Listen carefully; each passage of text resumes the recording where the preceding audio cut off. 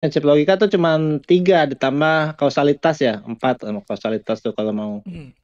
Yang 3 itu pun sebenarnya satu aja, bahwa sesuatu itu sendiri bukan selainnya dan tidak ada jalan tengah. Artinya lautan belah atau lautan tidak belah, tidak mungkin dua-duanya sekaligus atau tidak dua-duanya sekaligus gitu kan. Gitu. Dan ketika lautan itu tadinya tidak belah menjadi belah pasti ada penyebabnya. Udah itu doang. Jadi kalau tidak logis itu ketika melanggar prinsip itu.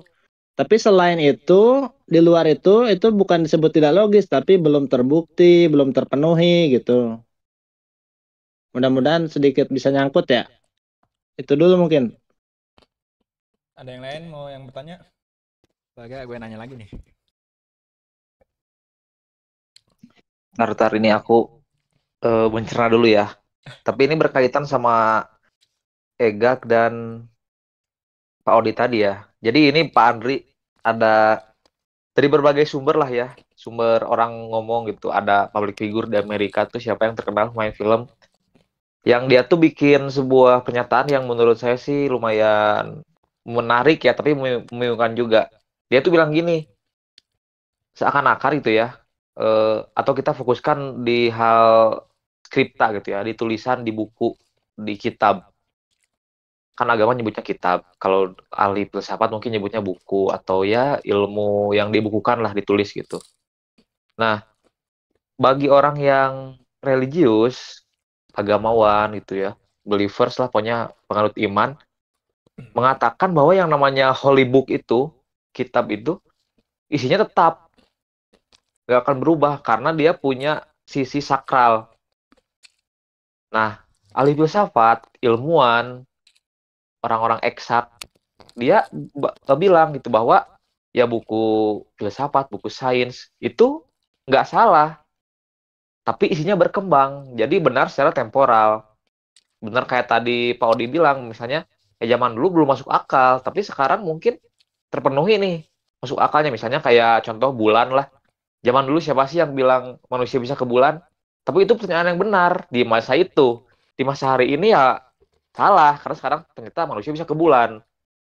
Jadi sebenarnya perdebatan antara orang beragama dan filsafat yang nggak percaya agama gitu ya. Jadi antara agamawan versus filsuf ini dalam konteks buku dan kitab itu sebenarnya sama-sama membingungkan gitu. Bahwa si public figure ini bilang kalau buku sains dihapus, hilang, benar-benar hilang, dibakar semua, nggak ada sisa. Terus mungkin 100 tahun lagi ditulis ulang, itu bakal persis sama isinya karena ilmunya pasti. Sedangkan kalau buku agama dihilangkan sekarang, 100 tahun lagi isinya mungkin bisa beda. Karena katanya sakral itu perlu diikat sama orang. Kalau orangnya nggak ada ya nggak bisa lagi tuh hilang sakralitasnya. Nah, saya ingin bertanya gitu. Menurut Pak Andri, gimana tuh soal holy book atau buku itu gitu? Karena kan entah kita berdebat soal tadi bukti logika, bukti empiris, ataupun apapun, itu kan ditulis di buku tuh. Kita nggak berjumpa sama nabinya, kita nggak berjumpa sama orang-orang yang bergaul di masa agama berkembang gitu ya. Nah itu gimana kira-kira? Ya, tentang holy book ya, kitab suci ya.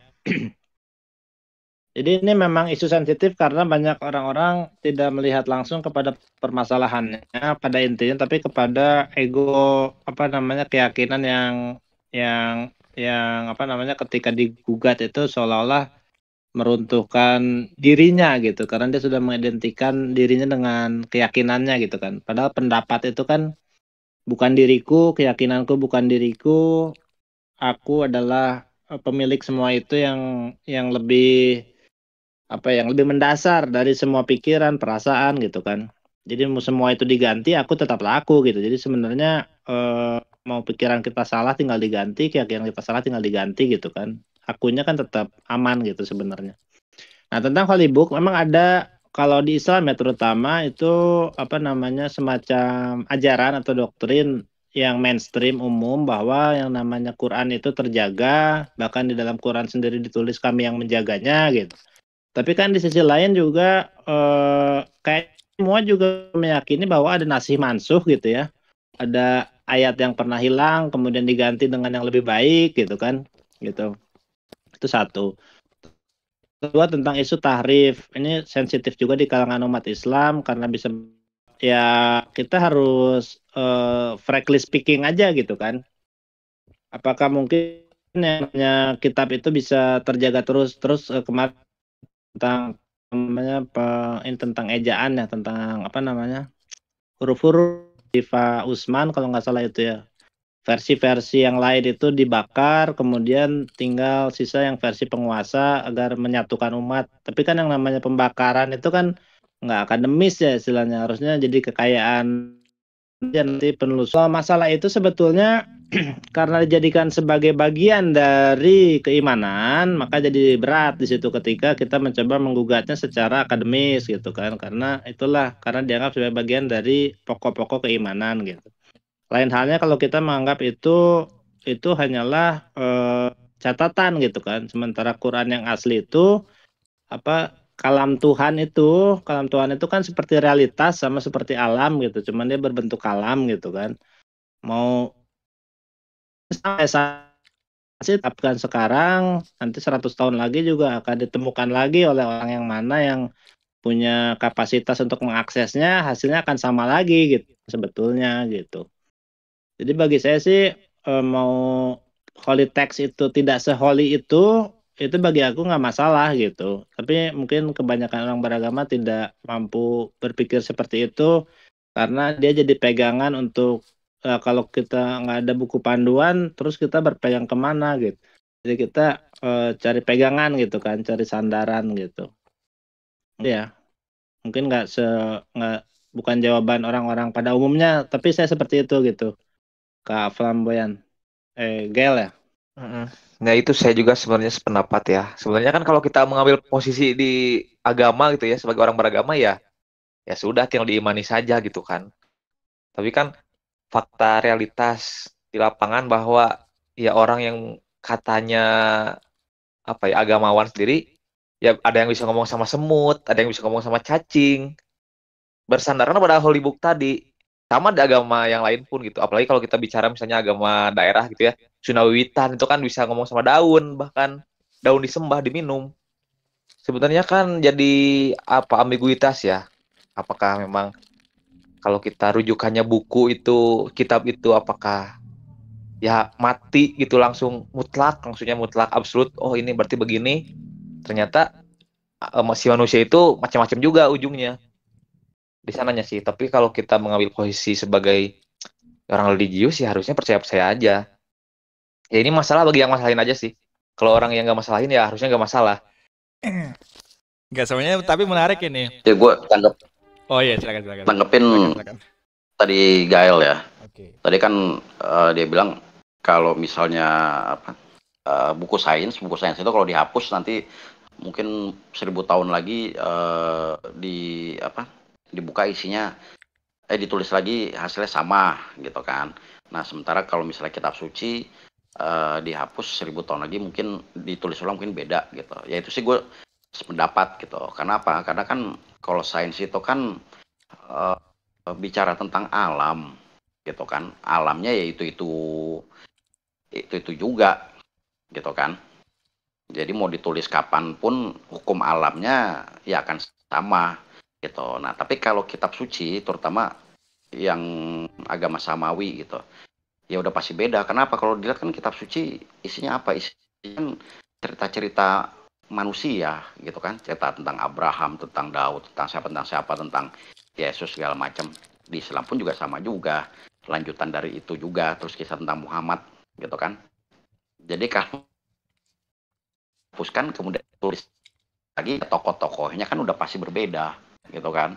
Tokohnya udah bukan Abraham yang perang-perangnya pakai pedang lagi, bukan ceritanya lagi Yesus yang diburu pakai pedang sama pasukan Romawi gitu kan, bukan kisahnya lagi tentang Muhammad yang perang-perang lagi pakai pedang gitu loh. Tokoh-tokohnya berapa ribu tahun lagi udah diserbu pakai panser, pakai tank atau pakai drone, pakai apa gitu kan, pasti kisahnya berbeda. Kemudian apa yang disebut mukjizatnya juga mungkin akan berbeda lagi bentuknya gitu kan. Kalau untuk zaman dulu ya disesuaikan dengan zamannya, bantuannya seandainya Tuhan ini ada ya ini seandainya Tuhan itu ada, bentuk bantuannya pasti kan disesuaikan dengan kondisi zamannya kan gitu loh. Nah jadi ya udah kalau ditulis ulang ya pasti berbeda gitu. Nah sekarang gue ambil contoh gini ya, kalau misal dibilang tadi Gael bilang ya orang di kisah-kisah itu zaman dulu bisa bicara dengan hewan, dengan semut apa segala macem gitu kan, nggak mungkin sekarang kan. Nah pertanyaan gue begini ya, itu apa, kayak misal gue baca itu dulu waktu Prabowo itu ya mau bebasin yang apa, orang ditahan di Wapenduma itu di Irian, itu gue baca itu dia itu cari orang Dayak gitu loh, minta bantuan orang Dayak. Jadi apa, orang Dayak ini kayak hewan gitu loh, bisa nyium bau manusia dari jarak berapa segala macam gitu kan, kayak hewan gitu. Nah artinya apa, hal yang di zaman modern yang skill nggak ada, tapi tuh orang-orang Dayak itu bisa punya skill itu gitu kan. Nah terus ada lagi nih kesaksian waktu eh, apa antar etnis di Kalimantan. Nah itu diakuin gitu loh, Dayak itu aneh-aneh gitu loh mistisnya itu kan. Ini dari jadi apa pengakuan-pengakuan saksi mata gitu kan, yang katanya Mandau itu terbang-terbang apa segala macam gitu kan, unsur-unsur magis gitu. Nah jadi dari ada-adanya begitu gitu kan mungkin. Nah sekarang gue balik lagi memikirkan siapa tahu gitu loh, jangan-jangan gitu kan pada zaman dulu banget ribuan tahun yang lalu gitu kan, mungkin skill-skill kita baca itu dengan hewan, ada nabi yang bisa mengendalikan angin, ada apa segala macam, kan bisa jadi ternyata pada saat dulu skill manusia saat itu entah melalui apa, tahu-tahu bisa gitu loh ya kan. Nah sementara itu dari gue. Oke. Gue mau interupsi ya. Kalau gue salah satu orang yang kurang terlalu percaya dengan hal-hal yang ya magis begitulah. Jadi yang sesuatu yang ajaib seperti itu gitu. Cuman kenapa gue bisa percaya dan meyakini tentang hal-hal yang terjadi di masa lalu tentang mukjizat dan segala macam? Benar kata Gael, karena semua itu bersumber dari Holy Book gitu kan. Jadi kitab suci gitu kan.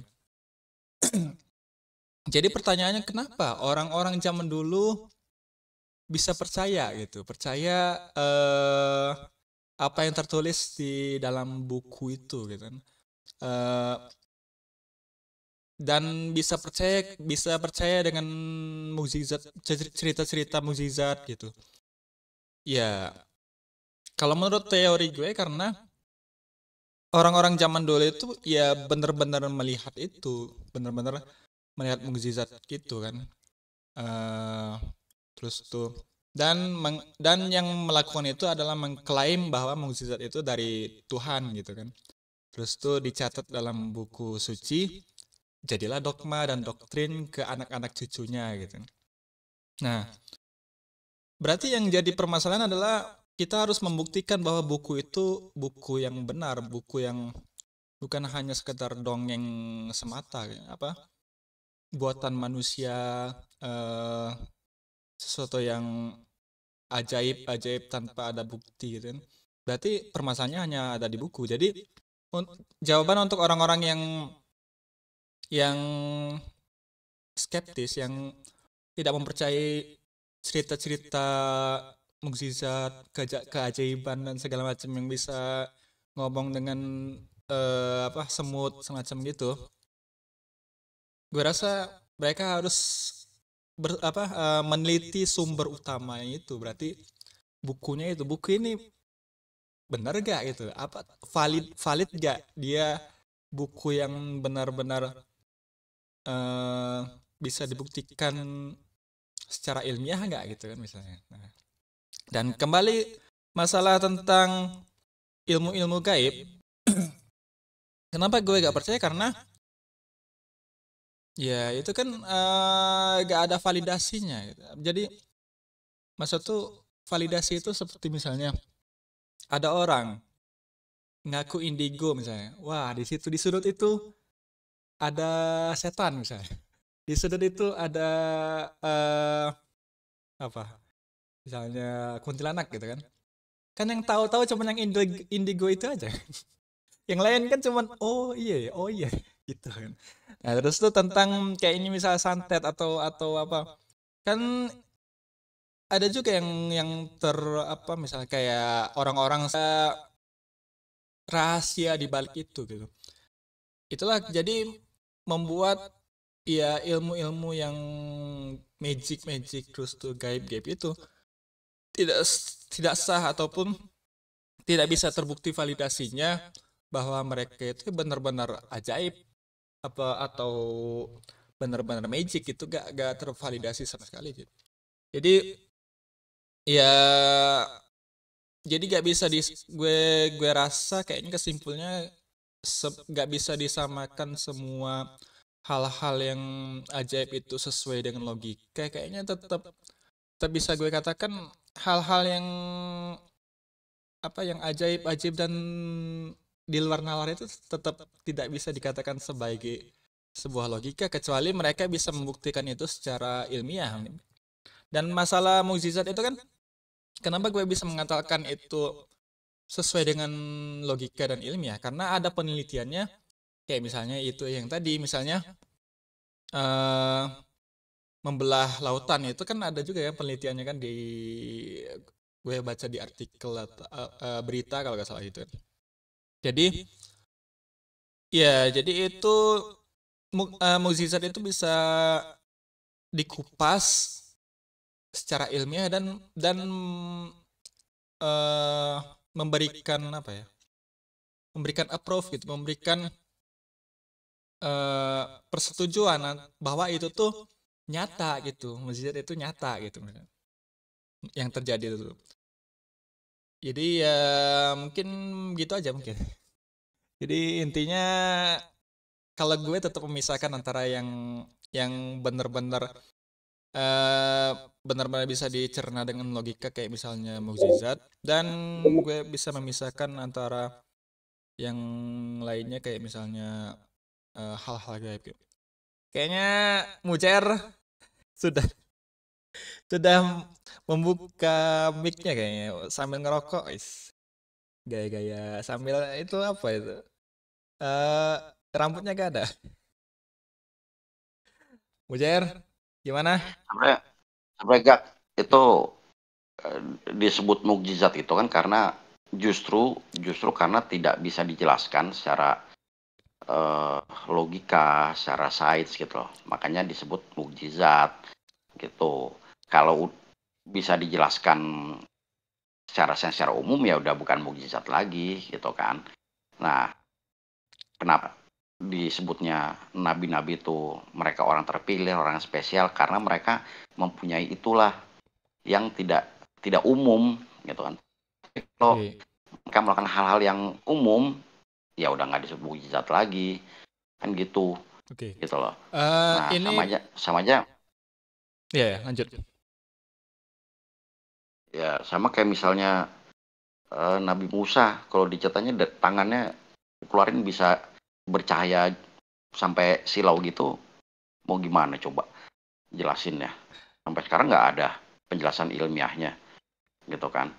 Nah, ya sekarang balik lagi, kisah-kisah itu kalau kita mau buang semua dogma, gitu kan? Itu bisa iya bisa enggak, gitu loh. Kalau mau buang dogma, gue bisa mengatakan ya itu kisah-kisah aja lah bikinan orang zaman dulu, kayak tadi Gael bilang kisah-kisah bisa aja sebenarnya nggak pernah terjadi gitu loh. Itu cuma kisah-kisah yang dibikin tujuannya hanya untuk pesan moral aja lah, harus berbuat baik, nggak boleh ini kan yang baik, bisa aja begitu. Sebenarnya tidak terjadi sama sekali gitu kan. Nah, tapi di sisi lain kita kan karena tadi seperti Pak Andi itu bilang belum terbukti gitu kan. Jadi kan 50-50 nih gitu loh. Bisa aja itu beneran kisah semua gitu loh, fiktif semua, bikinan manusia aja gitu kan. Fiksi aja bikinan manusia, bisa aja kisah-kisah apa dari Islam ngambil dari Kristen ngambil dari Yahudi, ternyata itu kisahnya nggak ada semua, omong kosong semua. Mungkin aja kalau bilang mungkin aja gitu loh. Tapi kalau misal dibalik lagi tapi mungkin nggak kalau ternyata itu benar, ya mungkin aja juga, tapi kan belum bisa divalidasi gitu. Nah makanya gue mengambil posisi barangkali siapa tahu di zaman dulu itu hal itu mungkin, karena dengan gue ambil contoh peristiwa-peristiwa yang dicatat oleh jurnalis gitu loh, Gak, di suku pedalaman Dayak gitu loh. Itu hal-hal yang di era modern ini orang udah nggak bisa lagi, Gak, gitu loh, melakukan hal-hal seperti itu gitu kan. Tapi bagi mereka yang di pedalaman itu ternyata masih bisa. Nah jangan-jangan di zaman ribuan tahun yang lalu pun lebih aneh-aneh lagi kemampuan itu. Nah kan gue memposisikan, anggaplah segala kemungkinan terjadi gitu kan. Ini contoh kayak di Dayak itu, Gak, itu kan tercatat oleh jurnalis gitu loh, waktu kejadian bentrok antara Dayak dengan Madura. Nah itu orang-orang Madura itu sudah ditahan di Polsek atau Polres ya, ditahan di situ. Nah suku Dayak itu datang minta mereka dilepaskan, nggak dikasih sama polisi. Nah terus ya udah nggak apa-apa kalau nggak dikasih sama polisi. Nah mereka tuh nari-nari bikin ritual orang Dayak itu. Setelah itu mereka pulang, udah. Nah begitu dicek masuk ke dalam, itu orang Maduranya udah lepas semua kepalanya dari leher. Itu di kantor polisi loh. Nah gimana lu mau menjelaskan itu gitu. Tapi kalau di kota-kota besar ya apa segala macam, gue juga percaya hal itu tidak mungkin terjadi gitu loh.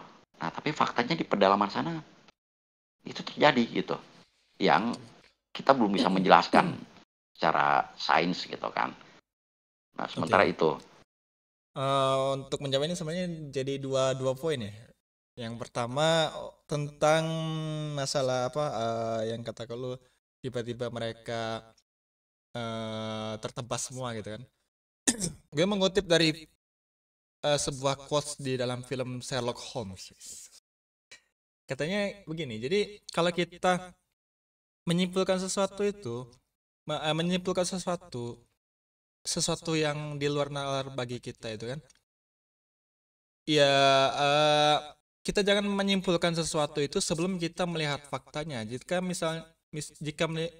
kita hanya sekedar berteori bahwa misalnya, wah ini mereka semuanya terbunuh secara otomatis, wah ini ada kekuatannya, itu kan sebuah penyederhanaan teori gitu kan.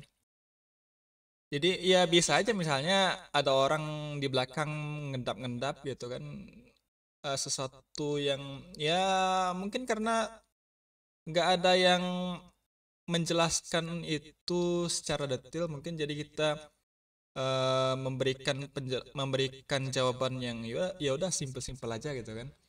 Ya itu gue ngutip dari kata-kata Sherlock Holmes di film Sherlock Holmes yang ke-1. Oke, yang kedua. Oke. Bentar yang kedua.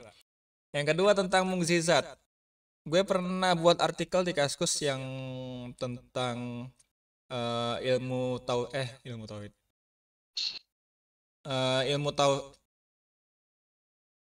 Apa ya?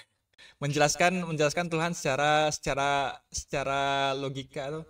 Ilmu tauhid secara logika, kalau gak salah sih, lupa gue judulnya. Gue nulis gue yang lupa. Jadi mukjizat itu sebenarnya bukan hal-hal yang harus sesuatu yang ajaib. Jadi mukjizat itu secara definisi sebenarnya hal-hal yang membuktikan bahwa seseorang itu menjadi nabi. Jadi misalnya dan Dan mukjizat itu harus yang relate dengan kehidupan bermasyarakat di zaman itu. Misalnya Nabi Musa kan membelah lautan. Karena relate dengan kehidupan di zaman Firaun itu tentang ahli-ahli sihir gitu kan. Ahli-ahli nujum gitu. Nah, kalau Nabi Isa atau yang menurut Gael itu Yesus, ya terserah. Itu kan mukjizatnya dia mengobati orang-orang yang hidup, karena waktu itu mengobati orang-orang yang telah meninggal, dihidupkan kembali kan. Itu karena di zaman itu perkembangan ilmu-ilmu medis itu sangat-sangat berkembang jauh. Nah, kalau Nabi Muhammad itu di zamannya itu adalah hal-hal yang sesuatu yang berhubungan syair dengan karya sastra gitu kan. Nah, mukjizat Nabi Muhammad gak ada yang terlalu spesial, gak ada yang terlalu ajaib banget gitu kan. Dia hanya cuman diberi fakta bahwa dia seseorang yang buta huruf dan nggak bisa menulis.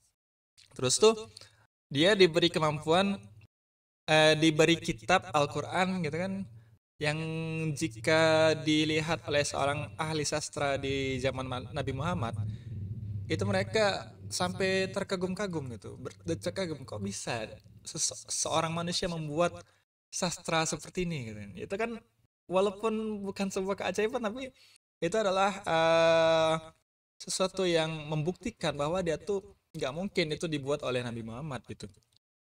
Nah, jadi dan kenapa Al-Quran diturunkan hingga bertahan hingga hari ini? Karena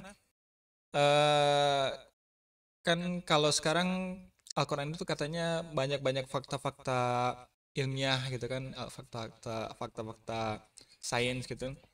Ya itu bisa kita simpulkan lagi relate juga dengan zaman sekarang yang penuh dengan sains, penuh dengan fakta-fakta ilmiah gitu kan. Ya jadi Isa tuh mukjizatnya itu berlanjut sampai zaman sekarang. Jadi ya begitulah mungkin kesimpulan gue tentang mukjizat itu, ya nggak harus sesuatu yang ajaib atau di luar nalar, nggak juga gitu sih. Jadi bisa dibedakan antara mukjizat dengan hal-hal yang ajaib yang mungkin yang lu bilang tentang Dayak dan semacam itu. Ya kalau gue tetap memisahkan antara keduanya kalau menurut gue. Dan tentang apa di tangan ada cahaya semacam, yaitu seperti apa yang gue simpulkan tentang logika sih. Logika itu relativitas logika. Mantap. Jadi Ya, apa penjelasannya? gue Coba. rasa itu di masa depan. Coba. Jadi gini, kalau menurut Egak, kalau gue pada terminologi yang umum nggak dikatakan mukjizat karena itu nggak bisa kita jelaskan. Makanya kita sebut mukjizat. Tapi kalau misalnya tembak orang pakai pistol udah bukan mukjizat. Nah itulah kenapa dibilang mukjizat. Kalau lo bilang itu hal yang umum, bukan mukjizat namanya. Jadi lo harus tahu kenapa disebut mukjizat. Nah sekarang kalau Egak bilang, oh itu hal yang biasa, bukan yang dianggap hal yang aneh. Nah sekarang gue minta penjelasan Egak, gimana itu ceritanya mukjizat Nabi itu pakai jarinya ngebelah bulan. Nah, coba lo jelasin secara sains. Kalau menurut lo itu hal yang biasa aja ya, silakan. Itu kan diyakinin umat Islam. Pilihannya dua nih. Kalau gue pakai pemikirannya apaan itu bohong, kita tinggalkan itu. Nah, atau betul gitu. Kalau itu betul, ternyata itu betul, bukan kisah bohong. Egak tetap mau mengimani Muhammad dan mengatakan itu hal yang biasa. Nah, coba dijelaskan. Pakai jari bulan tuh terbelah dua. Itu kan ada di hadis. Oke, kalau untuk ini coba penjelasannya. Lu pasti udah sering di kasus yang di kasus yang ngebahas tentang yang bulan ada jejak gitu kan, Ya memang itu ya gue akui itu masih diperdebatkan sama ilmuwan, katanya ada yang berpendapat gini lah, ada berpendapat gitu. Tapi kan mereka masih berdebat hingga saat ini itu sebenarnya jejak apa gitu. Enggak. Bukan. Mas gue Kalau itu hal yang Oh, biasa, oke. hal yang lumrah, hal yang Hmm. wajar. Nah, penjelasannya gimana? Pakai jari, bulan, coba dijelasin. Oh, Ini gue masa tuh bilang begini, maksudnya tuh pakai jadi gini, gue bilang ini untuk meluruskan pemahaman lo tentang mukjizat gitu loh. Kalau lo bilang, kenapa orang itu menyebut dengan kata mukjizat? Karena itu hal yang tidak bisa kita jelaskan gitu loh. Pilihannya dua gitu loh. iya iya iya iya Cerita iya. itu bohong gitu kan. Kalau itu kita imani betul, eh, nah itu hal yang tidak bisa dijelaskan. Tapi kalau menurut Tegak itu mukjizat. Ataupun di pihak yang menganggap itu benar-benar terjadi. Tapi ya gue setuju itu tidak masuk akal kan. Ya gue Ya karena setuju. iman, yang nggak masuk Iya akal iya kan. iya. Iya, gue setuju itu tidak masuk akal gitu. Tapi itu pasti ada penjelasannya. Cuman kita kita aja belum belum istilah tuh pemikiran atau ilmu pengetahuan kita tuh belum sampai sampai ke sana gitu. Jadi entah-entah di masa depan atau di masa berapa ratus tahun kemudian baru terpecahkan, oh begini caranya gitu kan.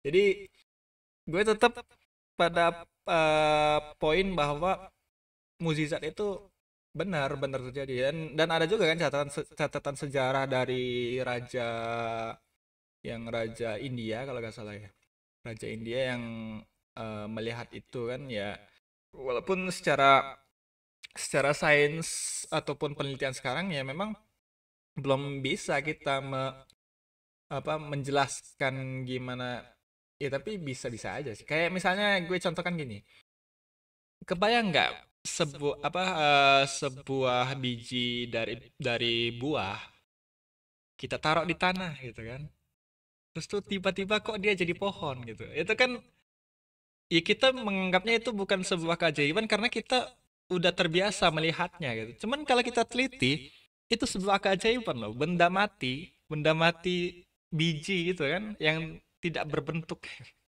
yang tidak seongkok biji itu ditaruh di tanah bisa menjadi pohon. Gue pernah ngeliat itu di YouTube tentang perkembangan pohon. Kalau kalian mau tonton aja, cari-cari aja di YouTube tentang perkembangan kamera gitu, kamera yang merekam dari perkembangan biji pohon, biji tanaman, dari mulai ada akar dulu, terus tuh sampai ada pohonnya, ada daunnya, sampai layu semacam gitu.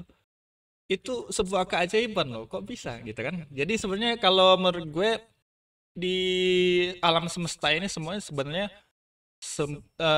keajaiban semua. Cuman yang permasalahan hanyalah kita terbiasa atau enggak dengan hal-hal tersebut, hal-hal keajaiban itu. Kalau kita terbiasa melihat itu, nggak spesial lagi bagi kita kan. Cuman ya nggak keajaiban lagi. Cuman karena membelah lautan, membelah bulan, membelah atau apapun itu, membelah itu karena itu dicek secara teorinya gimana ya.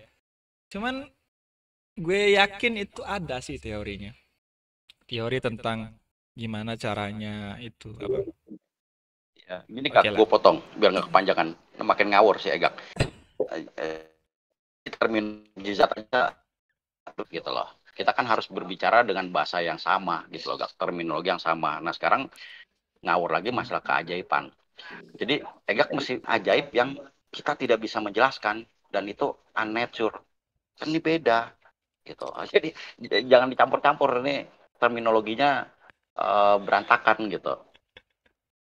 Silakan yang lain deh. Gue sampai situ dulu. Ntar gue ini dulu dengan Mujar kayaknya dari tadi udah menampakkan Kan diri. gue dulu open mic kali bisa kedengeran, gue masih kedengeran gak suara gue ya? Dengeran, tapi agak-agak samar ya. Gimana menurut lo tentang apa? Ya betul apa yang dikatakan Oki tadi.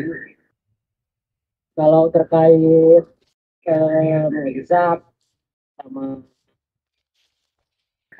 logika apa ya tadi itu bisa dibuktikan tidak. Tadi Eka bilang kalau yang namanya mukjizat itu umum, seperti melihat buah biji yang slow motion, jadi kamera langsung jadi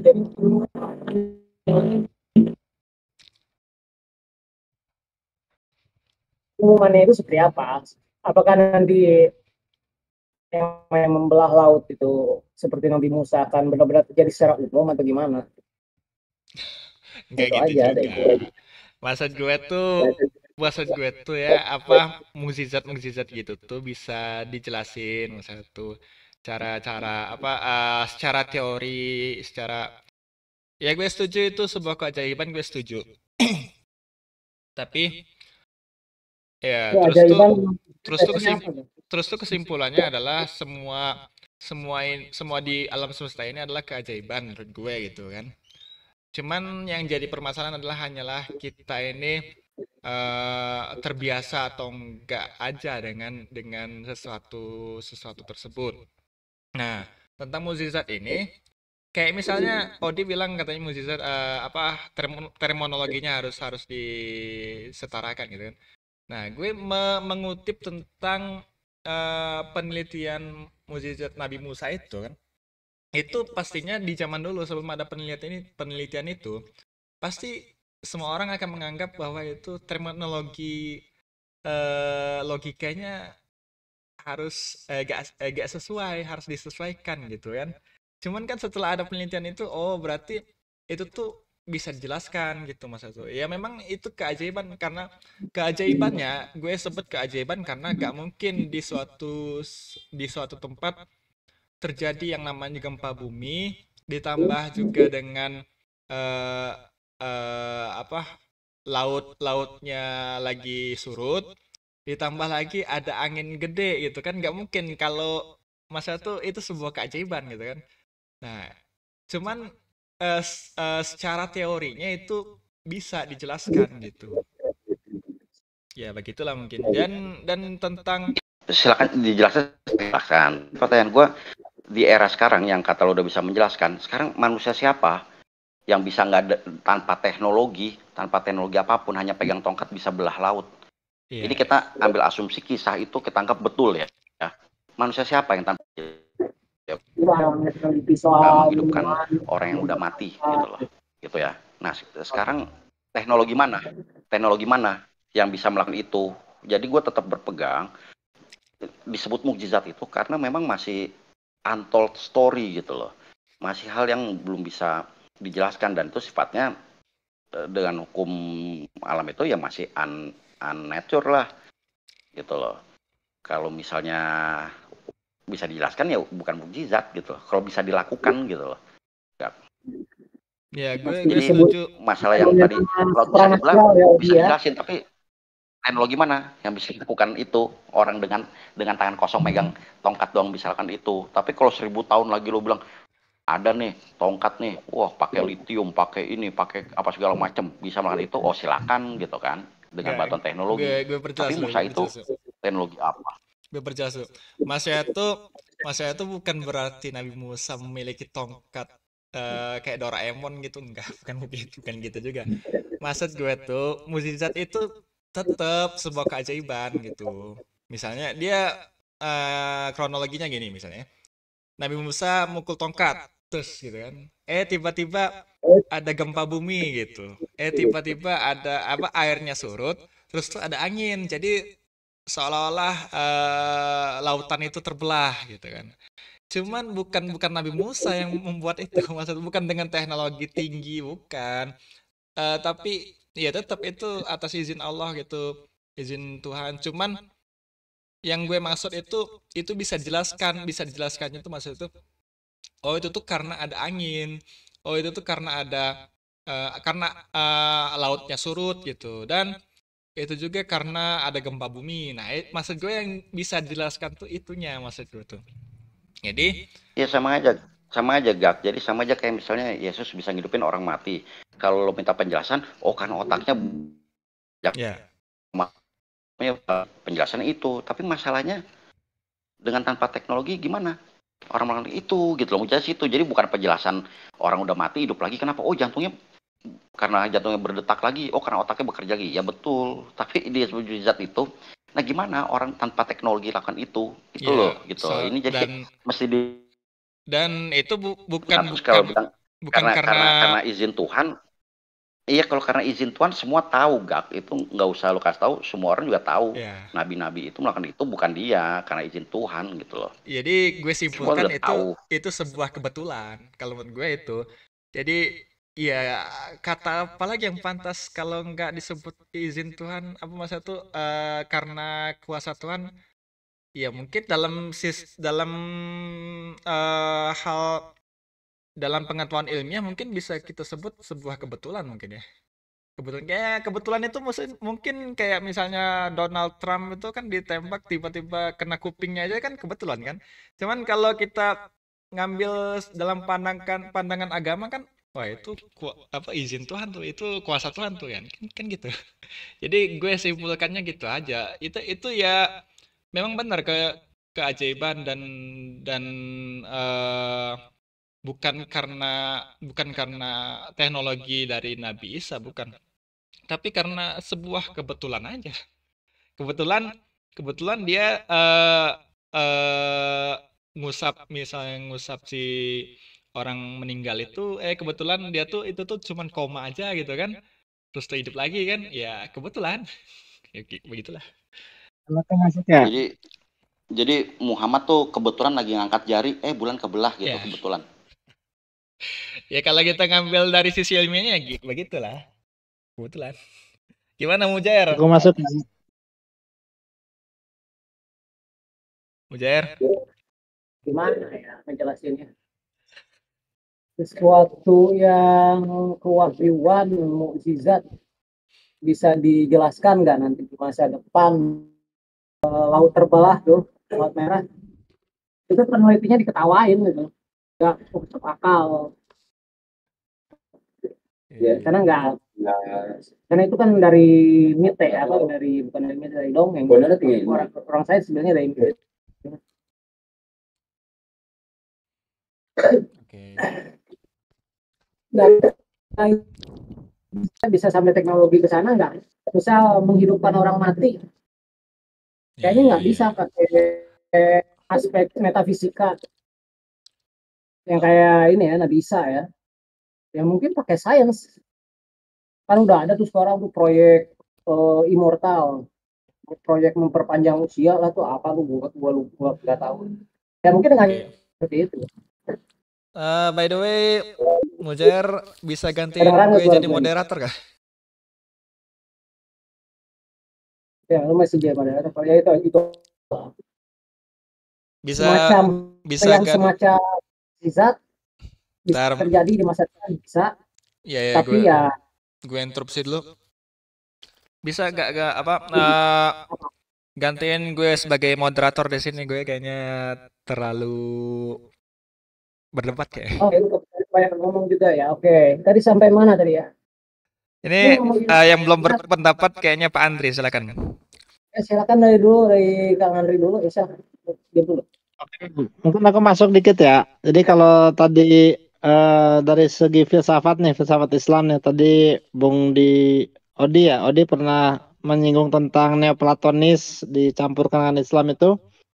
Jadi kan posisi Nabi itu sebenarnya ini terlepas dari apakah membelah bulan itu terjadi atau tidak ya. Aku cuma ngambil moralnya begini. Jadi posisi Nabi itu kan insan kamil, manusia paling sempurna. Dia itu Nur Muhammad sebelum jadi manusia yang berbentuk jasad itu, atau seluruh nabi lah, Nabi Isa, Nabi Musa, itu semua itu sesungguhnya adalah sebab kedua. Jadi kalau Tuhan itu sebab pertama, maka cahaya pertama keluar dari Tuhan itu adalah cahayanya para nabi itu gitu.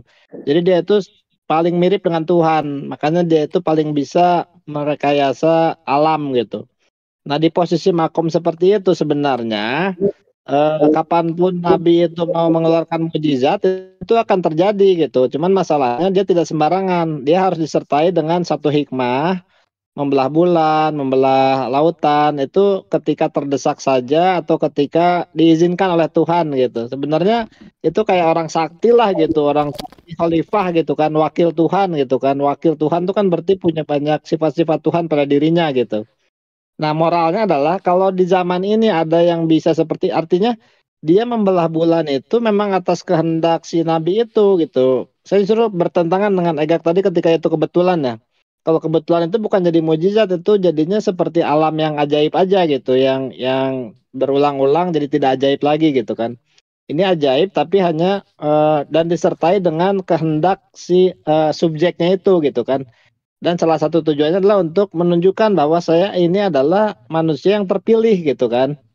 Sehingga dia menjadi bukti bagi yang lain bahwa kata-katanya ini adalah mewakili kata-kata Tuhan gitu kan. Makanya eh itu jadi kalau di zaman sekarang ada orang yang mengaku wakil Tuhan, ya dia harus bisa seperti itu. Karena dia posisinya di nur pertama itu, cahaya pertama gitu. Jadi itu sebagai salah satu rasionalitas juga nggak sembarangan orang bisa mengklaim atas nama Tuhan. Terlepas apakah memang hadisnya itu sahih atau itu hadis yang diragukan gitu ya. Kayak gitu sih, mungkin itu dulu dari saya. Makasih. Oke, kasih penjelasannya. Akan mungkin dari Kang Gael Aaron yang mau menanggapi. Ya, silakan. Ada yang mau ditambahin atau menyanggah? Mari. Gael.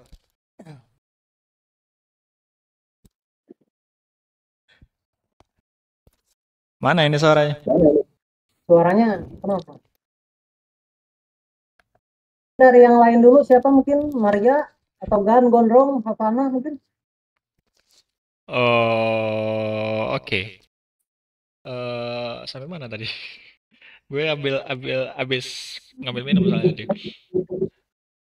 Tentang apa? Jadi orang-orang zaman sekarang nggak bisa mengklaim dari Tuhan gitu ya. Ya gue setuju sih dengan itu. Jadi orang zaman apa? Soalnya kan nabi-nabi juga kan terakhir kan di zaman di zaman lagi. Terakhir adalah Nabi Muhammad SAW kan.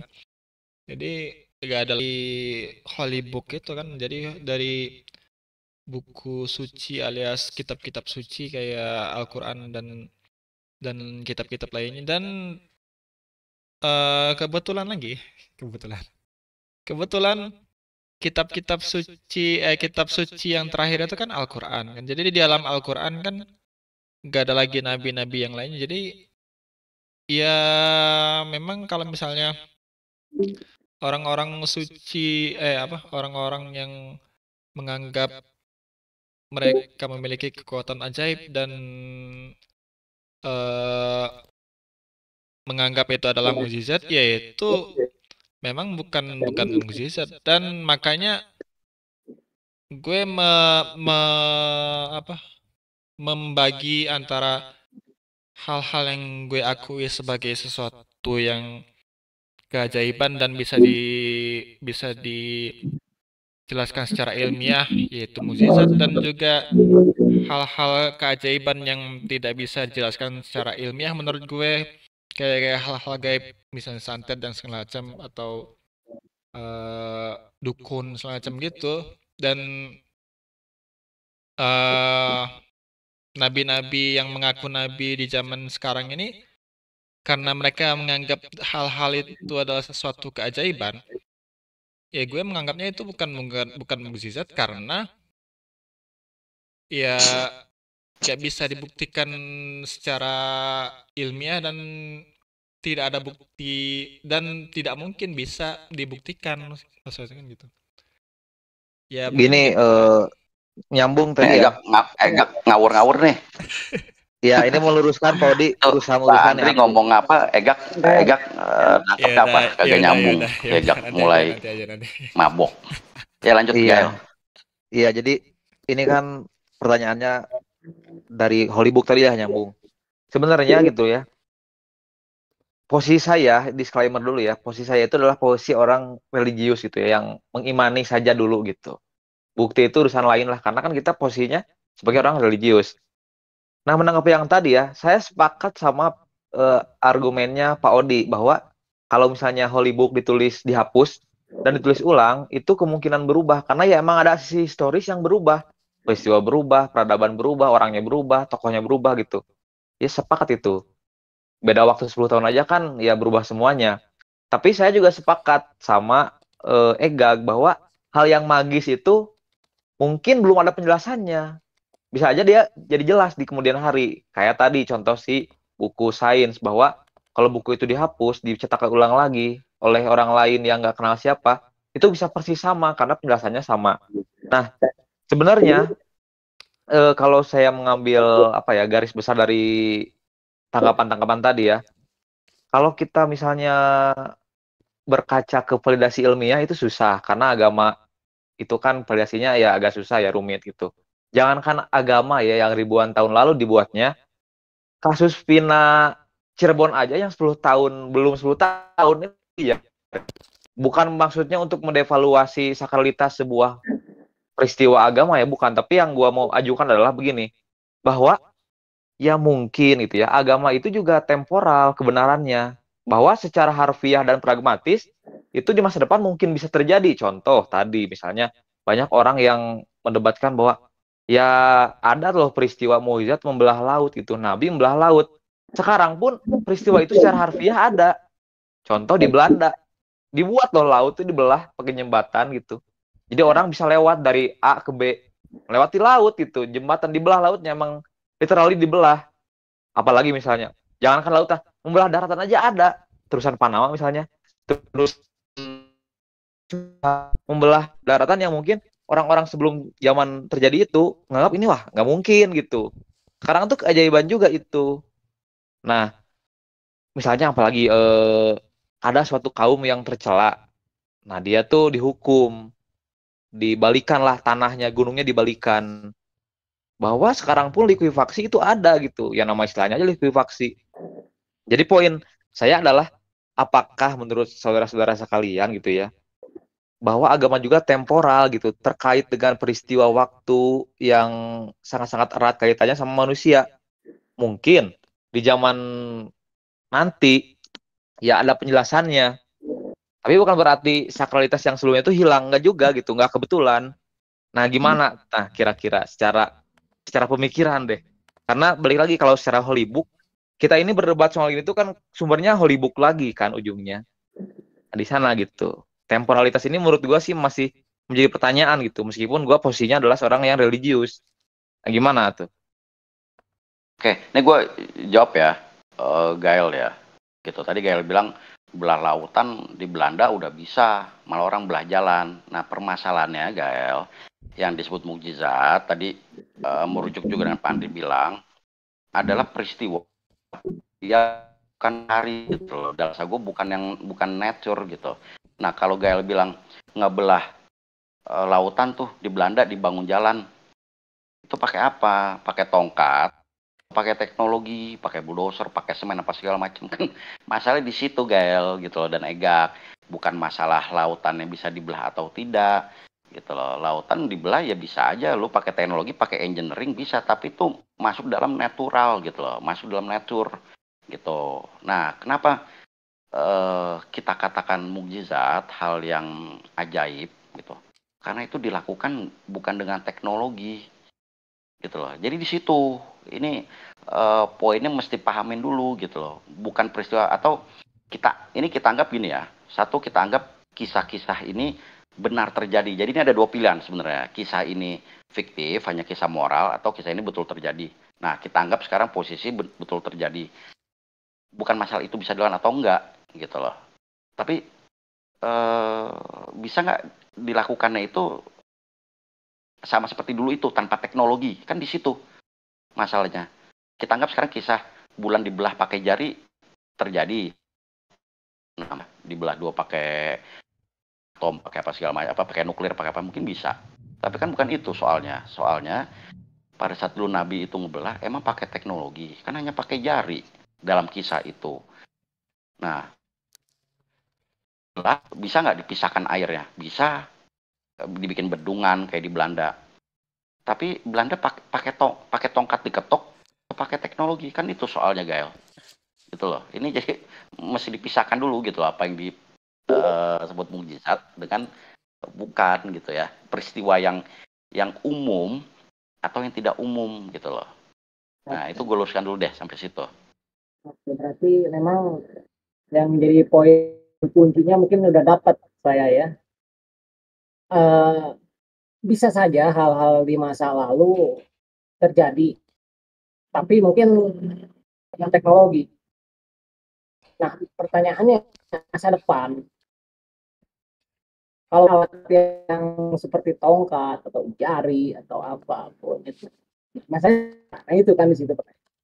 Kalau menurut saya udah pecah di situ, udah pecah telur dan kemungkinan nggak bisa karena itu sesuatu yang berbau metafisis.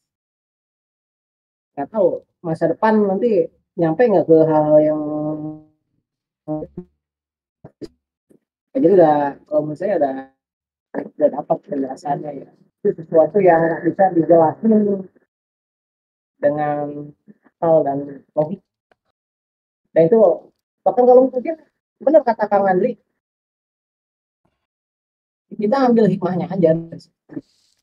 Apa ya hikmah dari terbelahnya bulan itu? Ada cerita dari hikmah dan soal laut terbelah. Nabi pun bukan menceritakan itu ya, bukan menceritakan hal-hal semacam itu. Orang-orang zaman dulu itu sebagai sesuatu yang sifatnya, oh ini buktinya ada loh, tapi bukan itu, tapi hikmahnya kepada apa yang bisa disimpulkan dari situ. Karena itu ada backstory-nya.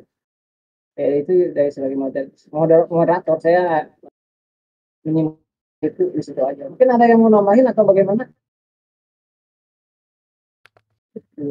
Jadi Pak Andri. Ya, mungkin nambahin ya. Mungkin nggak lama lagi juga selesai nih karena ada malam. Nggak tahu nih biasanya kalau diskusi sama Bung Egak nih berapa puluh jam nih. Harusnya ini jam 22 udah selesai nih, tapi kayaknya situasi sedikit memanas.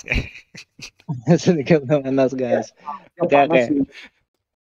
Jadi kalau gini kesimpulannya, kalau menurut aku ya sedikit yang aku tarik gitu. Jadi sebenarnya mukjizat itu secara logis itu nggak mustahil, itu satu. Secara empiris juga nggak mustahil. Tapi tidak umum gitu kan, tidak umum. Kemudian masalah penjelasan itu masalah ketidaktahuan. Kemudian yang jelas kita nggak ada di sana tuh ketika melihat bulan terbelah dan apakah karena tangan Nabi atau bukan gitu kan. Atau ketika Yesus Nabi Isa menghidupkan orang mati itu kita nggak ada di sana gitu kan. Jadi mukjizat itu benar kata Gael tadi terkait temporalitas gitu kan. Terkait dengan manusia saat itu yang memerlukan keyakinan bahwa memang inilah utusan Nabi atau inilah Tuhan yang membawa rahmatnya kepada manusia, memberi petunjuk, membebaskan segala macam. Sehingga ditunjukkanlah yang tidak umum itu di mana itulah menjadi bukti bagi mereka menguatkan atau menolaknya kan gitu. Mukjizat itu kan ada ijaz, artinya melemahkan sebetulnya kan.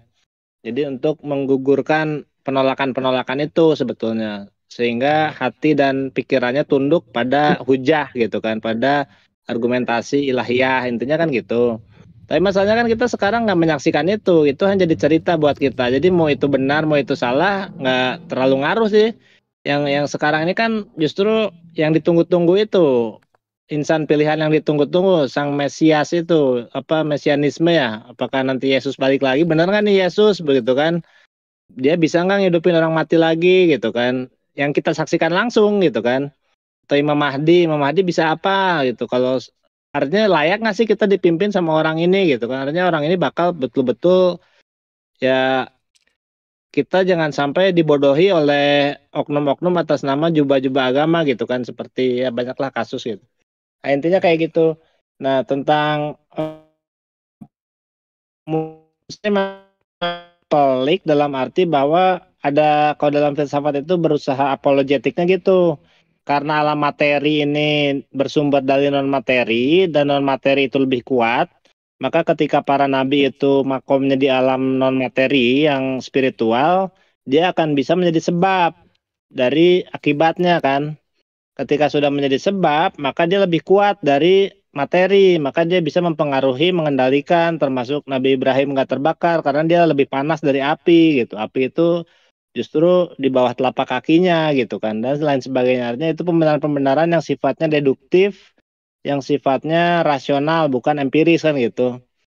Eh, eh, Apalagi ya kira-kira terkait filsafat dan agama ini. Jadi aku sih dalam posisi bahwa itu benar ataupun tidak ya bagi kita cuman sebuah kemungkinan, bener kayak Bang Odi tadi gitu, sebuah kemungkinan. Bisa kita ambil sisi positifnya untuk menemukan sebab-sebabnya gitu kan, sehingga bisa jadi temuan-penemuan baru gitu kayak orang Dayak tadi dan lain sebagainya, itu bisa jadi semangat motivasi buat kita juga gitu. Tapi kalaupun nggak percaya ya nggak masalah juga gitu kan. Mungkin gitu sih. Jadi sebenarnya pembahasan kita ini penting nggak penting tapi menarik mungkin ya. Gitu gak? Cukup Makasih. menarik sebenarnya hari ini. Agak-agak berat tapi walaupun awalnya tadi agak canggung ya, tapi kayaknya agak cair juga. Cuman coba kita sapa dulu yang lain. Yang mana ini? Maria, Remans, Havana, gak ada suaranya. Coba Maria dulu. Maria ada open mic bisa? Gak ada ya? Remans? Oh, gak ada berarti. Pada tidur semua Yus. ini. Wait, Ah, ada nih. Reman. Ditutup lagi. Remans. Sedikit Gag. Oh iya. Ngomong-ngomong gak, Reman? Bentar, coba Reman ya. Coba ada Reman, pendapat Reman. gak? Ada pendapat gak? Gak ada ya? Sudah. Gael. Kebetulan di pihak yang filsafat full gitu tanpa ada agama, kayak misalnya Bertrand Russell kan dia nulis buku tuh bukan nulis buku sih, dia kuliah-kuliah gitu dikumpulin jadi buku yang judulnya Why I Am Not Christian gitu. Dan dia menolak gitu bahwa ya pada hakikatnya kalau kita bicara karena mukjizat gitu ya. Ya secara harfiah ya Pak Odi, bukan karena sumber atau kekuatannya, memang itu sangat-sangat tidak umum gitu. Itu benar-benar seketika yang emang nggak bisa diulang lagi. Tapi secara harfiahnya itu terjadi hari ini karena bantuan teknologi gitu. Jadi manusia itu bisa mencapai itu, intinya gitulah kata si Bertrand Russell. Ini juga sama kayak pendapatnya siapa lupa namanya, pokoknya Shelley Kagan. Shelley Kagan itu kan dia debat sama gue agak ini dong, agak amazed lah, apa bisa apal gitu, wis keren, mantap. Ya karena ada debat gitu ya antara siapa tuh, William Craig kalau nggak salah namanya, sama Shelley Kagan yang debatin soal moral, bahwa katanya moral tuh perlu Tuhan atau enggak. Nah si Craig ini bilang perlu Tuhan, si Shelley Kagan ini bilang nggak perlu Tuhan. Nah argumennya tuh gitu, jadi ya temporal aja sih moral tuh gitu, sama kayak mukjizat yang temporal. Nah jadi gue tuh berpikir gitu, apakah di suatu saat nanti akan ada hal yang mungkin secara harfiah, balik lagi ya, secara literally gitu, ya belah laut dibelah gitu, daratan dibelah, bulan dibelah, orang mati hidup lagi gitu lewat donor darah dan lain-lain, donor organ, itu secara harfiah terjadi gitu Pak Odi. Kayak ini orang udah mati nih, ginjalnya hidup, tapi ginjalnya hidup di orang lain gitu. Kayak gitu kata si Kilisikan tuh. Jadi gue mengambil, waduh, ini repot juga nih kalau sebagai posisinya kita orang beragama yang ragu bisa jadi di pihak yang sana. Begitu Pak Odi ya. Karena kalau literally-nya gitu. Gini, ini kan karena gue Muslim sekarang, tapi dulu gue ateis gitu dan mempelajari Buddha juga gitu ya. Jadi sampai saat ini itu gue masih tidak terlalu dogmatis, tidak terlalu terbelenggu dengan dogma agama apapun gitu ya. Nah sekarang balik lagi Gael gitu. Ini kan yang kita bahas ini kisah-kisah gitu ya, kisah-kisah. Nah ini menurut gue dua pilihan gitu loh. Kisah ini betul terjadi seperti yang dikisahkan atau tidak gitu loh, atau tidak terjadi. Nah kalau kisah ini kita imani itu betul terjadi, maka apa yang disebut mukjizat itu kalau one day nanti terjadi lagi, itu haruslah tidak dengan bantuan teknologi, karena seperti yang tadi Pak Andri bilang, fungsinya itu kan untuk membuktikan bahwa ini gue loh, pesuruhnya Tuhan. Itulah gitu loh gunanya mukjizat ini kalau lo mau ambil posisi sebagai orang beriman gitu loh. Nah tapi kalau gue ambil posisi sebagai orang ateis, gue akan katakan itu nggak ada cerita-cerita itu cerita-cerita bikinan aja gitu loh. Karena kisah-kisah yang dibikin aja sama aja kayak kisah apa cerita tuh Malin Kundang, terus bikin Gunung Tangkuban Perahu gitu kan. Nah, itu sebenarnya kisah-kisah aja yang sebenarnya tidak pernah terjadi gitu. Nah, ini kalau dalam posisi gue ambil posisi sebagai ateis atau sebagai pure filsafat, pure buah pikir manusia, gue akan katakan itu kisah nggak pernah terjadi gitu loh. Nggak ada ceritanya gitu loh. Bisa 5.000 tahun yang lalu tangan bisa bercahaya, terus pakai tongkat itu bisa dibelah apa segala macam, itu nggak ada ceritanya gitu loh. Kalau secara buah pikir ya, terus cerita misalnya bulan dibelah gitu kan, itu nggak ada, kisah-kisah bikinan aja gitu. Nah, jadi mas gue ini kita dalam menentukan posisinya mesti clear gitu loh. Jadi mesti clear kalau misalnya religius mengimani gitu kan. Tapi kalau posisinya bahwa itu wah itu kebetulan itu apa segala macam, berarti posisinya yaitu kita lepaskan iman gitu loh Gael. Kan di situ. Oke. Jadi jangan setengah-setengah. Iya, betul. Harus ada posisinya. Interupsi. Sementara itu. Interupsi. Ini kayak di DPR ya, mantap. Oke. Ya. Tentang ya gue tahu Odi latar belakangnya ateis terus tuh, dan bukan ateis ya sih yang gue soroti sebenarnya. Sebenarnya Odi itu basicnya adalah Buddhis, terus tuh convert ke Islam ya. Dan ya dia convert ke Islam juga karena gue rasa dia tuh karena dia juga pernah cerita tentang psikologis gitu kan. Jadi bukan karena dia ke Islam itu bukan karena dia menemukan bahwa Islam tuh agama yang logis gitu, agama yang perlu bukti-bukti empiris ya, dan dia juga sampai sekarang masih menganggap bahwa mengutip dari salah satu profesor ya, lupa gue, katanya kalau Buddhis itu adalah agama yang paling dekat dengan sains gitu kan. Walaupun ya gue juga kurang setuju sih, karena beberapa fakta sains kayaknya misalnya di Buddhis itu kan alam semesta itu apa ya, lupa gue namanya judulnya.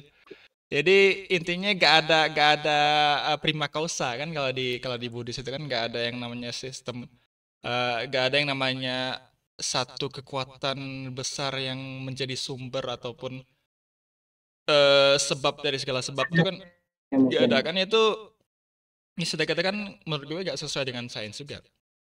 Jadi kita balik ke masalah ini tadi. Sampai mana tadi? Oh ya, jadi masalah gue simpulkan tadi tentang mukjizat itu juga. Ya mukjizat kan bukan berarti gue garis bawahi lagi bahwa mukjizat itu bukan berarti dia pakai teknologi. Jadi dia tuh tetap natural, cuman sebuah keajaiban itu karena ada faktor-faktor alam tertentu, dan bukan pakai teknologi ya, bukan pakai teknologi, tapi itu natural yang kebetulan gitu. Nah, itu. Dan tadi gue lupa mau bahas apa ya, padahal sudah kecatat tadi. Aduh, lupa dah. Ya sudah, sampai situ aja lah. Kayaknya udah malam juga ya. Ya tadi natural atau fenomena supranatural yang benar itu. Iya, Gue ngomong itu. Tadi kata Pak Odi kan tidak natural. Kata Agi yang natural. Jadi yang mana? Tapi ini dikit banget. Silakan. Apakah ini gitu? Apakah kayak gini ya debat sofis dan para filsuf zaman dulu gitu kan, sofis relatif ya. Nanya-nanya mulu gitu kan Pak Andri. Ya kayak gini lah mungkin ya. Ya, mungkin ya. oke, mungkin maksudnya Iya, saya tadi telat datangnya juga ini. jadilah kita aja lah. Gak juga mau. Makanya sebenarnya kita dari tadi sebenarnya cuma ngulang-ngulang aja sebenarnya ini. Ngebahas tentang Iya. mukjizat, ngebahas tentang logika. Iya. Ya sudah. Ya, soalnya egak terminologinya nggak umum gitu loh. Kemana-mana gitu kan. Jadi maksud gue makanya mesti dipisahkan dulu gitu. Pisahkan dulu kita posisi mengimani kisah itu atau enggak gitu kan. Kalau mengimani kisah itu terjadi seperti yang tadi mengutip Pak Andri bilang bahwa itu memang dari Tuhan dan bukan kebetulan gitu loh, Gak. Memang dikasih dari Tuhan untuk menunjukkan gitu loh, menunjukkan bukti, dan itu harus yang sesuatu yang ajaib. Kalau nggak ajaib, ya buat apa ditunjukin, kan tujuannya memang fungsinya untuk meyakinkan orang. Tuh. Nah, kalau lo berada pada posisi mengimani kisah itu, tapi kalau misalnya lo tidak mengimani dalam posisi orang yang skeptis gitu kan, ya itu lain lagi cerita. Tuh, sebenarnya kan di situ gitu. Yang makanya gue tadi lama itu meluruskan itu gitu loh. Meluruskan pemahaman tentang mujizat itu yang kemudian kalau Gael bilang, oh bisa sekarang dibikin, itu kan dengan teknologi gitu. Kayak zaman sekarang orang ya pakai teknologi ya, bukan hal yang inilah gitu kan. Nah tapi kan dulu kan bukan dengan teknologi gitu loh. Jadi mesti balik ke pemahaman mujizat itu apa. Tuh, satu itu. Terus yang sedang berusaha menjadi seorang scientific religius. Ya. Soalnya kan emang ini soalnya kan Pak Andri Egak itu emang terbiasa ngarang-ngarang sendiri. Enggak. Teknologi yang nggak umum. Ntar gue agak ini juga sebenarnya apa sebenarnya peran lagi. Ode ini sebenarnya lebih ke menganggap bahwa kisah-kisah di kitab suci itu, nah ya ini baru gue membahas tadi, lupa tadi kan. Kisah-kisah di kitab suci itu adalah ya karangan manusia gitu. Jadi ya alasan Odi ke konflik ke Islam juga kan bukan karena dogma, Mas, itu bukan karena mau melihat agama mana yang benar gitu atau agama mana yang logis gitu. Jadi dia lebih tetap menganggap bahwa kisah-kisah itu adalah kisah karangan manusia gitu kan. Gue cuman menjelaskan bahwa kisah-kisah itu ya kenapa kita menganggapnya kisah itu harus karangan manusia gitu, Mas. Maksud gue poinnya ke situ sih. Jadi kisah-kisah itu bisa loh, Mas, itu dijelaskan secara logika. Oh begini, Mas, itu. Ya memang walaupun secara ilmiahnya mungkin gue mengambil diksi bahwa itu kebetulan, terus tuh ya Odi menentang hal itu ya. Ya cuman kan ini kita menganggapnya dari sisi ilmiah bahwa ya itu kebetulan, masa mau pakai kata apa lagi, apa mau pakai kata bahwa itu kuasa Tuhan, itu kan bukan dari diksi ilmiah gitu kan. Ya, kenapa gue pakai diksi kebetulan, karena ya kita ngambil dari sudut pandang ilmiahnya, ya udah kebetulan gitu. Ya begitulah. Jadi sebentar saya interupsi dulu. Jadi menurut Egat yang namanya mukjizat wahyu itu kebetulan atau ada yang mendesainnya? Coba. Iya, ini dari sudut pandang mana kita ngambilnya? Kalau dari sudut pandang agama ya pasti ada yang mendesain lah, pasti. Cuman kan kalau kita dari sudut pandang ilmiah, sudut pandang logika, kita bisa ngambil itunya, kita bisa ngambil diksinya, ya kebetulan. Masa tuh terus kenapa pakai teknologi ya gak juga pakai bilang natural, bukan supranatural tadi. Ya gak ada yang namanya supranatural ya gimana? Sesuatu yang ajaib misalnya kayak santet gitu maksudnya tuh. Atau ya itu natural, sesuatu yang natural itu sesuatu yang natural tapi kebetulan. gimana ya ngomongnya? Ya Mas satu bisa coba dijelaskan secara ilmiah, ya tapi itu Sorry, ada berapa ya? kebetulan. nggak kelar-kelar sih Egak. Sekarang gini deh, coba itu kisah lagi tuh mukjizatnya Nabi Sulaiman tuh, singgasananya Ratu Bilqis tuh Oke, jarak oke, segitu oke. jauh dipindahin sekedipan mata. Oke, Nah ini kebetulan, gimana kebetulan? gue Kebawa angin? Apa gue gimana? mengambil satu berita yang tahun berapa ya tentang eh satu bis namanya bis Pahala Kencana. Dia tiba-tiba berpindah dari satu jalan ke sebuah hutan dan bis itu nyangkut di dua pohon yang saling berhimpitan. Ada yang menjelaskan bahwa ya itu biasa katanya itu apa angker lah, gaib lah sama macam. Cuman gue mau mengambil dari sisi ilmiah.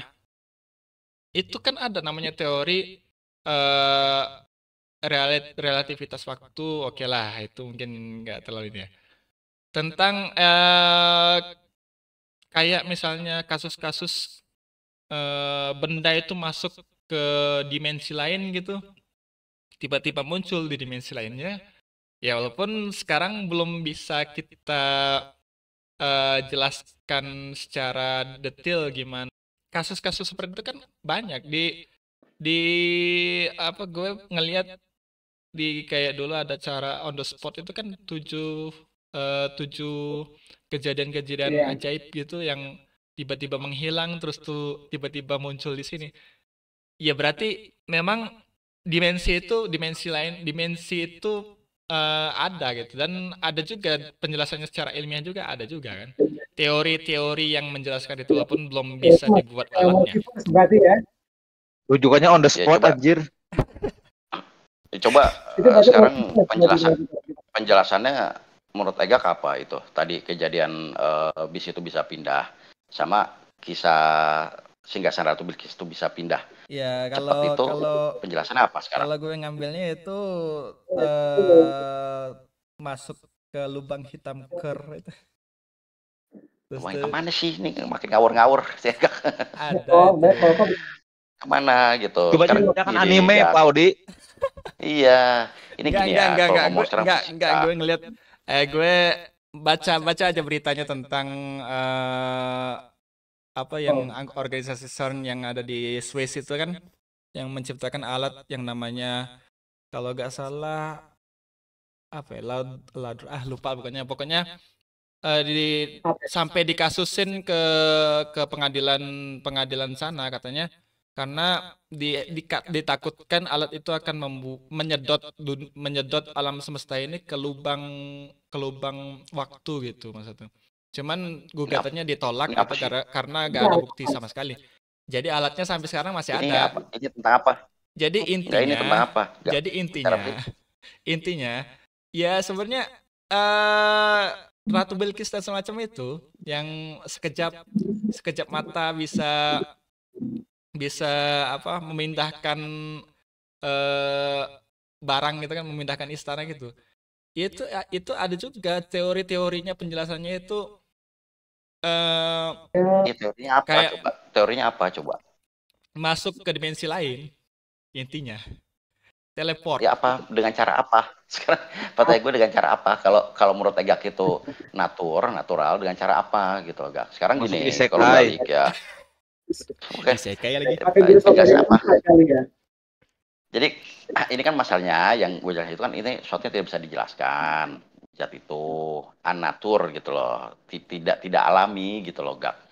Kalau diyakini terjadi ya terjadi. Nah, tapi kan tidak alami gitu. Sama kayak misal sekarang gini, kalau secara hukum fisika dihukum gitu loh Gap. Hukum fisika berlaku absolut itu tidak ada yang bisa lebih cepat dari kecepatan cahaya gitu. Nah sekarang itu itu pindah.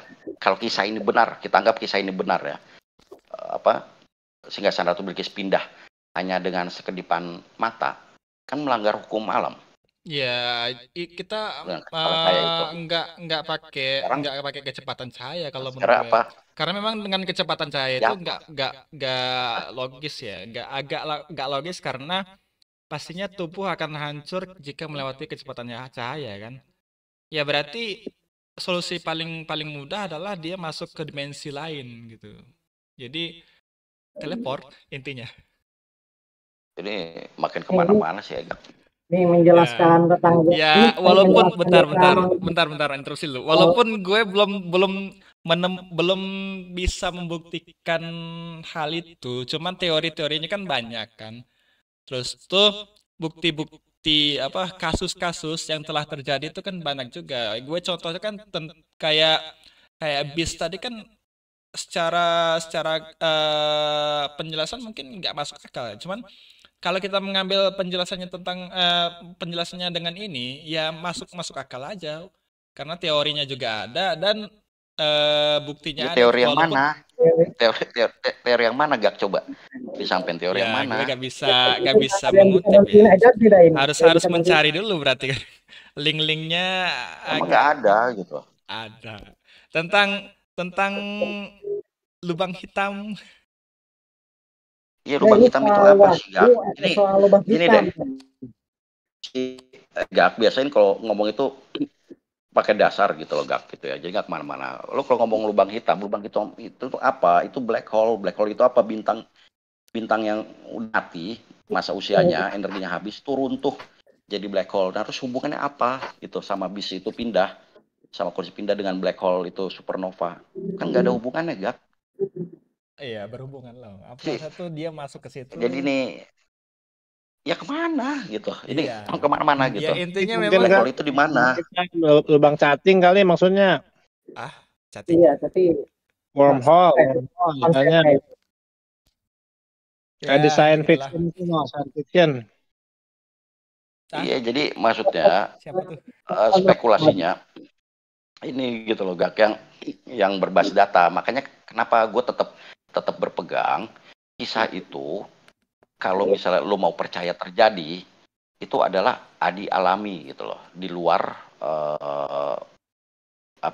hukum alam yang biasa ya. Ini gue ulang, hukum alam yang biasa terjadi, gitu kan. Nah, itu kalau lo mau mengimani itu. Oke.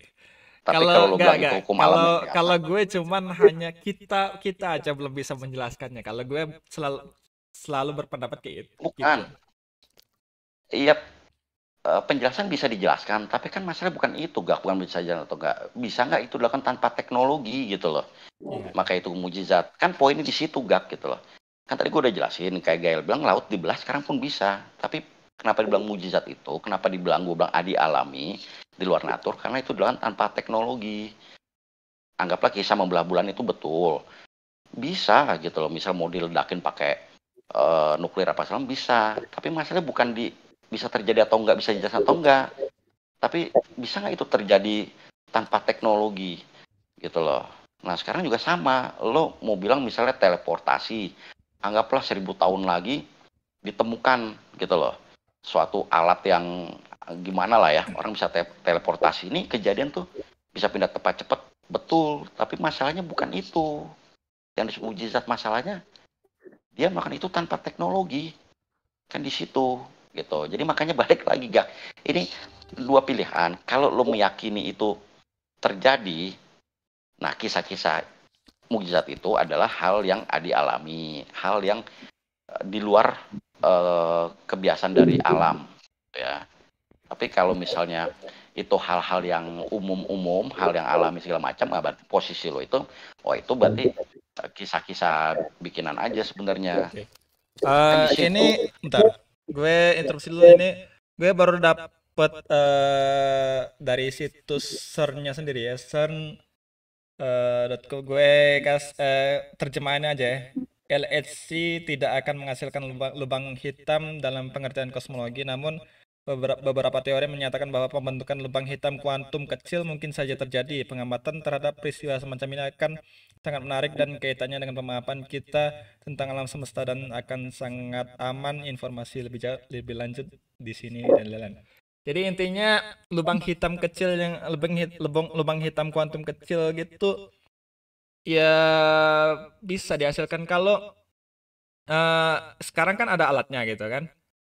Cuman kan ya itu sesuatu yang belum kita jelasin, sesuatu yang belum bisa kita jelasin sih. Cuman kalau gue bisa berandai-andai mungkin, guys.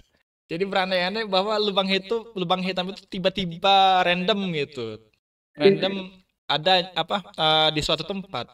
Terus tuh benda itu masuk ke situ dan nyampe ke suatu tempat lagi. Ya bisa aja kan. Dan kasusnya ada gitu Mas Satu. Kasusnya tuh banyak, sesuatu yang tiba-tiba dari satu tempat ke tempat lain dalam waktu sekejap tuh ada gitu. Dan belum bisa orang menjelaskan Ini secara bisa detail. dikonfirmasi oleh sains nggak? Bisa dikonfirmasi oleh sains. Ini gue jelasin dulu deh, gitu. Egak ngelantur mulu. Itu yang lo bilang itu kan percobaan LHC kalau nggak salah kan? Itu itu percobaan itu adalah ilmuwan mau tahu kira-kira seperti apa sih permulaan alam semesta. Dan kalau lo mau tahu itu dibangun tuh di bawah tanah segala macam dengan peralatan yang sangat canggih, mesin-mesin apa segala macam, dengan apa? Dengan mempercepat neutron kalau nggak salah, dipercepat, ditabrakin, gitu kan? Nah itu kalau itu terjadi untuk tahu asal mula alam semesta, yang ditakutkan apa terjadi awal mula alam semesta itu apa? Kan gravitasinya kuat. Saat gravitasi itu kuat, semesta ini runtuh. Planet kita ini runtuh oleh gravitasi. Ketika runtuh, yang disebut black hole. Nah, kenapa disuruh di stop? Karena kalau sampai kejadian gravitasi begitu masif, selesailah kita gitu. Nah, sekarang balik lagi. Itu bisa terjadi dengan apa, Gak? Dengan teknologi yang sangat-sangat canggih saat ini. Kalau sampai black hole itu kita ciptakan, itu dengan teknologi gitu loh. Nah, balik lagi, kalau mau cetak nabi-nabi dulu, kalau lo bilang dengan black hole, dengan apa segala macam, emangnya Sulaiman itu 5.000 tahun lalu udah ada peralatan percepatan elektron, Gak? Udah ada apa dia nemuin proton elektron kan? Enggak gitu loh. Jadi poinnya Egak mesti paham dulu gitu loh. Bukan masalah bisa dilakukan lagi atau enggak, tapi pakai dulu itu nggak pakai teknologi gitu loh, makanya dibilang mukjizat. Tapi kalau lu bilang bikin itu segala macam udah pakai rekayasa elektron segala macam, itu kan teknologi. Ya, maksud gue itu salah satu teori, dan bisa lo maksud tuh. Oh gini. Oh, entah mungkin di masa depan ada satu lagi teori yang lebih menjanjikan gitu kan. Oh ternyata Nabi Sulaiman tuh menggunakan ini Nabi Sulaiman tuh berarti secara kebetulan ada fenomena alam gitu misalnya. Oh ternyata itu atau yang begini terjadinya. Aja. Ini daripada setengah-setengah, Egak mendingan nganut Raelian aja, Gak, gitu loh. Itu Raelian kan agama yang berasal dari sains. Itu dari sains, Gak. Jadi menurut Raelian, jadi gini, gue selesai dulu. Menurut Raelian itu Tuhan itu nggak ada, gitu kan? Yang ada itu ada alien, makhluk yang sangat cerdas. Nah, jadi nabi-nabi ini adalah orang-orang yang dikirim sama alien dan itu dikasih perangkat-perangkat yang sangat canggih yang pada saat ini kita masih nggak tahu. Nah itu lebih masuk akal tuh. Jadi Raelian gitu kan. Jadi Nabi Sulaiman 5.000 tahun lalu udah diperlengkapin percepatan elektron, alat teleportasi gitu loh. Makanya ada juga orang yang masuk ke Raelian, jadi yang mengambil sisi sains gitu kan, dikombinasi dengan kisah-kisah agama gitu. Kenapa gue harus jadi real?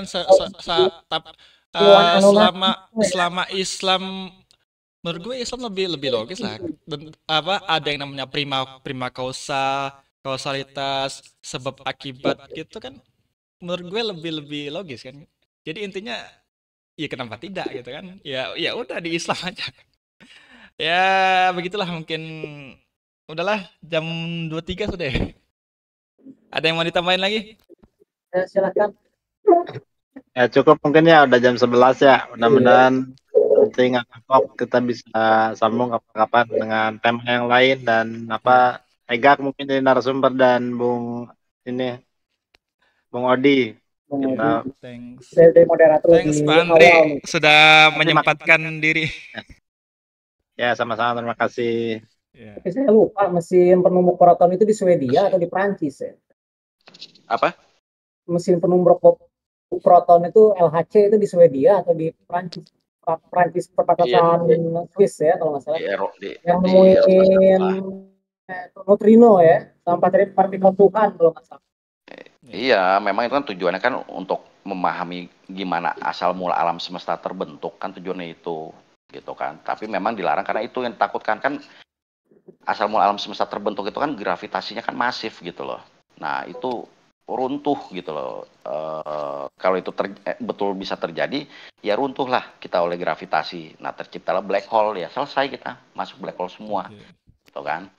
Nah itu kan, tapi kan teknologinya kan udah sangat luar biasa gitu. Bisa aja terjadi misal pakai teknologi itu terjadi black hole, terus kita terjadilah hal-hal yang selama ini aneh-aneh ya gitu kan. Tapi kan masalahnya kan Nabi Sulaiman dulu kan emang dia bikin itu gitu kan, dia bikin rekayasa elektron, neutron segala macam kan, enggak kan di situ soalnya. Udah Jadi Mujer, tutup lah. Iya. Udah malam. Tutup dulu dari saya. Kecubung nih, kebanyakan kecubung Egag. Nah, ya emang ngawur-ngawur basis ininya, referensinya entah dari mana.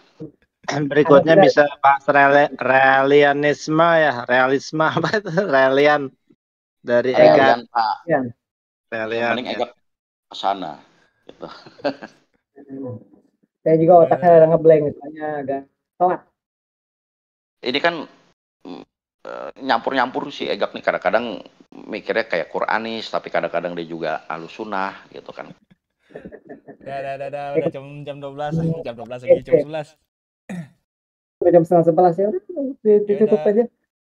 Ya udah tutup. Penutup bisa closing opening nggak? Closing opening lagi. Ya, saya tutup. Bentar, motor di telepon deh.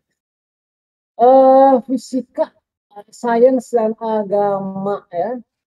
Udah langsung. Ya, banyak orang yang bilang kalau logikanya itu tidak bisa disatukan, tapi memang akhir-akhir ini sains ya atau fisika sudah mulai mengarah ke metafisika, memang seperti metaverse atau lubang hitam atau apapun itu, memang udah mulai. Tapi pertanyaannya ada,